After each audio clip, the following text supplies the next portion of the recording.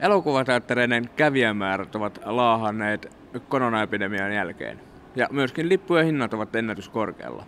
Tulimme Flamingoon selvittämään, kuinka paljon ihmiset ovat valmiita maksamaan elokuvalipusta ja kuinka paljon he käyvät elokuvissa. Kuinka usein tulee käytyä elokuvissa?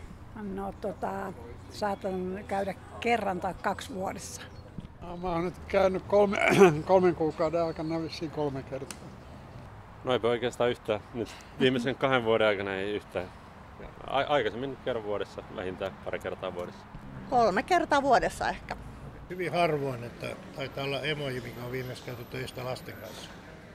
Mikä saa lähtemään elokuviin sitten? No varmastikin sitten joku semmoinen elokuva, josta on puhuttu paljon.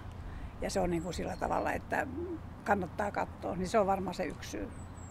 No, tähän asti se on ollut erääntyvät superliput tai ne sarjaliput, jotka on ostanut vuodenvaihteessa. Hyvä elokuva tietenkin, että semmoinen mistä tykkää ja niin poispäin, että ei oikeastaan ole muuta.